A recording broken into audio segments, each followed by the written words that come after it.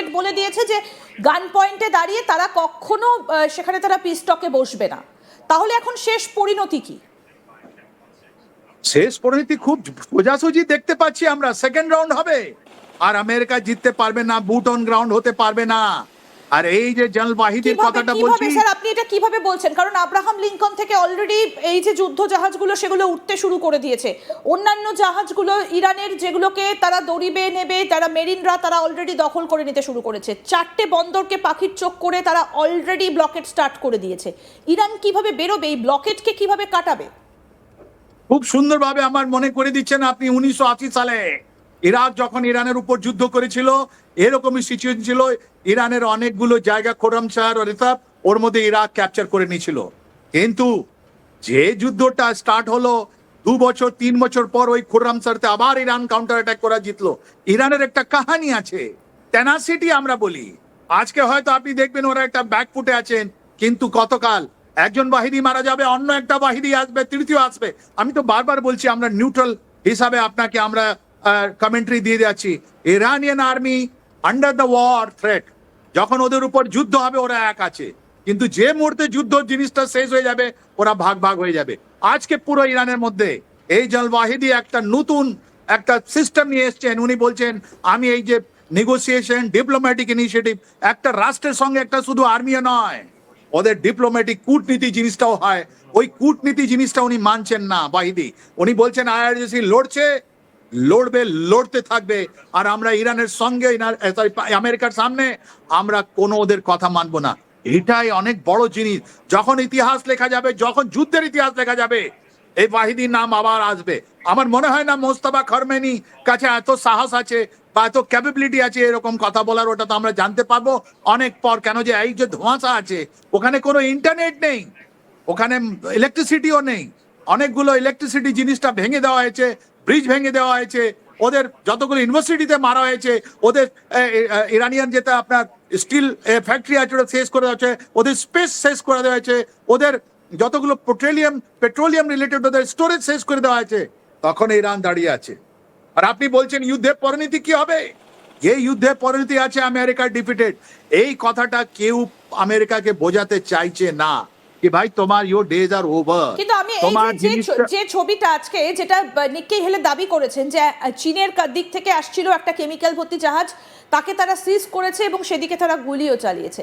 তাহলে কিভাবে এবার তারা মিসাইলগুলো বানাবে? কিভাবে? তারা তো আটকে গেল তাহলে ইরান। এবার তাহলে তারা কোথা থেকে পাবে এবার এই যুদ্ধটা জারি রাখার রসদ? আপনি ভুলে যাচ্ছেন নর্দার্ন দিকে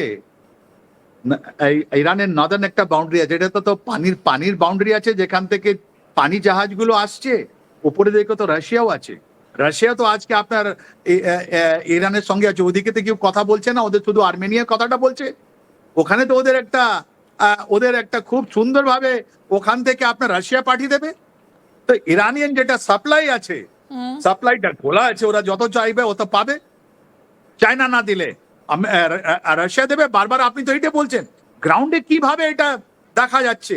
গ্রাউন্ডে দেখা যাচ্ছে যে যে জিনিস ইরানের সামরিক জিনিস যেটা দরকার আছে, যদি সমুদ্র দিকে দিয়ে না আসে, যদি আরেবিয়ান সি দিয়ে না আসে, তাহলে উপর দিক দিয়ে আপনার পাঠাবে, কি নাম বলা হয়, রাশিয়া পাঠাবে। আজকে হয়তো ইরান একলা দৌড়ে যাচ্ছে, ওর কাছে শুধুমাত্র আপনার যারা সন্ত্রাসবাদী সংগঠন যাকে আমরা বলছি, হিজবুল্লাহ আছে, আপনার ইরাকের শিয়া গ্রুপ আছে, আপনার বাহরিনের শরীফ শিয়া গ্রুপ আছে, আপনার ইহুতিরা আছে, আপনার হামাস আছে, এরাই মনে রাখবেন ওদের কেউ হারাতে কেউ পারেনি, ইরান কেউ হারাতে পারবে না। রাইট? আপনি বলছেন মিসাইল ক্যাপাবিলিটি, আমি তো বলছি যত খরচা হয়েছিল 4000 থেকে বেশি মিসাইল ওরা ব্লাস্টিক মিসাইল ফায়ার করেছিল। আর প্রত্যেক দিন আমরা দেখেছি ওই মিসাইলের যেটা ফায়ার করা, ওদের গাইডেন্স সিস্টেম, ওদের ওয়ারহেড সিস্টেম অদ্ভুত।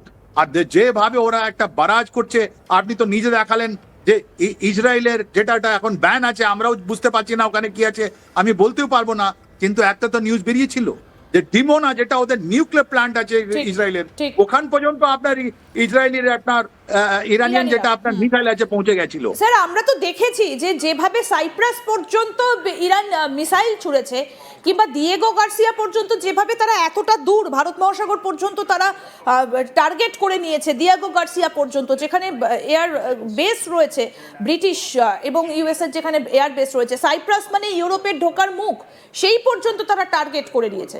কিন্তু এখন প্রশ্ন হচ্ছে, এই যে আমরা যেটা দিয়ে আলোচনাগুলো শুরু করেছিলাম স্যার, যে এই যে খাড়ি দেশগুলো অর্থাৎ পারস্য উপসাগরে ইরানের উল্টো দিকে থাকা দেশগুলো ইউএই, কুয়েত, কাতার, বাহরাইন, ওমান, তারা এবার কি করবে? কারণ ওমান সাগর এই মুহূর্তে কার্যত যুদ্ধক্ষেত্র, স্ট্রেট অফ হরমুজে ঢোকার ঠিক আগে ওমান সাগর এই মুহূর্তে যুদ্ধক্ষেত্র।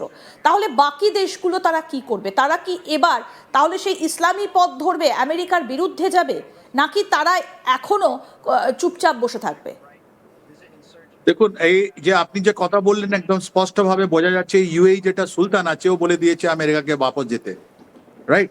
আর আমি শিওর অনেকগুলো ডিপ্লোম্যাটিক চ্যানেলে অনেকগুলো লোক নিশ্চয়ই আমেরিকাকে বলেছে আমাদেরকে ছেড়ে দাও, আমরা ইরানের সঙ্গে যুদ্ধ করতে চাই না। যদি ইরানের একটাই পয়েন্ট ছিল এই দেশের সঙ্গে, যে আমরা তোমাদের আগেনস্টে নয়, আমি কোনো ইউএই লোকের আগেনস্টে নয়, আমি দুবাই লোকের আগেনস্টে নয়, আমি কুয়েত লোকের আগেনস্টে নয়, আমি আগেনস্টে আছি আমেরিকান যেটা বেসগুলো আছে। 26টা বেস ছিল ওখানে, এই 26টা যেখানে রাডার ছিল, যেখানে থার্ড সিস্টেম ছিল, যেখানে ওদের নিজের একটা, আপনার বহরিন তো আপনি জানেন 5th নেভাল বেসের আপনার হেডকোয়ার্টার, ইউএস নেভাল বেসের হেডকোয়ার্টার ছিল, বলো ওটা আমরা করেছি। যদি আজকে ইউএই বলে দিয়েছে, সোজাসুজি বলেছে যে আমেরিকা আমি তুমি নেই, তার মানে অন্য দেশও যদি বলে, তাহলে ইরান এদেরকে তো অ্যাটাক করতে পারবে না। কেন আজ পর্যন্ত 50 দিন হয়ে গেছে, আপনি একটাও ইনসিডেন্ট বলুন, আপনি একটাও ঘটনা বলুন যেখানে এরা রিটেলিয়েট করেছে।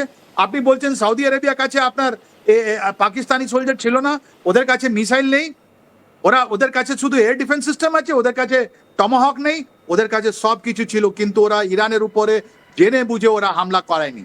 কেন করেনি? ওরা বলছে কি আমেরিকা তুমি যুদ্ধটা স্টার্ট করেছো, ইসরায়েল তুমি স্টার্ট করেছো, আমাদের না জানিয়ে তোমরা শেষ করো। আজ পর্যন্ত এই যতগুলো দেশ আছে ওরা কেউ ইরানের উপরে হামলা করেনি। এটা অনেক গুরুত্বপূর্ণ কথা আমি বলছি আপনাকে। যদি ওরা হামলা করেনি, তাহলে আবার ইরানের কাছেও কোনো পয়েন্ট নেই যদি ইউএই বলে দেয় তুমি শেষ, আমার কাছে থাকো না।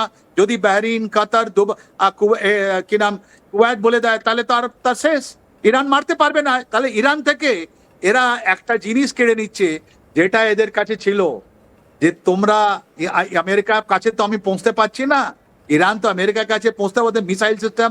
আপনি তো ডিয়াগো গার্সিয়ার কথা বললেন, 4000 কিলোমিটার, আপনি তো বললেন, খুব সুন্দরভাবে বললেন, কিন্তু আমেরিকার ডিস্টেন্স 4000 না, ওর থেকে অনেক বেশি।